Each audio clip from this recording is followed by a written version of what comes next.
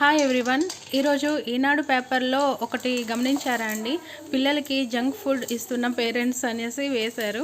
మనం పిల్లలకి అంత జంక్ ఫుడ్ ఏమి ఇవ్వము, బట్ కొంతమంది పిల్లలు అస్సలు ఒప్పుకోరండి. ఎంత మారం చేస్తారంటే ఇంకా పేరెంట్స్ తప్పక వాళ్ళ ఏడుపులు భరించుకోలేక ఇచ్చేస్తారండి. మనం చిన్నప్పటి నుంచి పిల్లలకి ఇలాంటి హెల్దీ ఫుడ్ని అలవాటు చేస్తే వాళ్ళు జంక్ ఫుడ్కి అస్సలు ఎడిక్ట్ అవ్వరండి.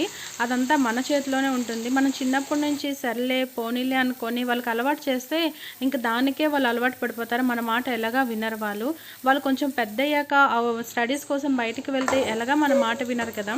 ఈ చిన్న వయసులో మన దగ్గర ఉన్నంత వరకైనా మనం కొంచెం వాళ్ళకి మంచి ఫుడ్ పెడితే వాళ్ళ హెల్త్ బాగుంటుంది కదండి. వాళ్ళు బాగుంటే చాలు, ఇంకా మనం ఆటోమేటిక్గా బాగానే ఉంటాము.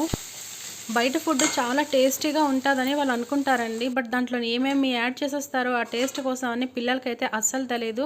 పెద్దలుగా మనకైతే తెలుసు కదండి. వాళ్ళు మారం చేసిన వాళ్ళ హెల్త్ కోసం మనం వాళ్ళకి ఏదో ఒకటి చెప్పైతే జంక్ ఫుడ్ని మాన్పించేసి హెల్తీ ఫుడ్ ఇస్తేనే బెస్ట్ అండి. ఒక మదర్గా చెప్తున్నాను. నాకు తెలుసు అందరు మదర్స్ ఇదే పాటిస్తారు, కానీ వన్స్ గుర్తు చేస్తున్నాను.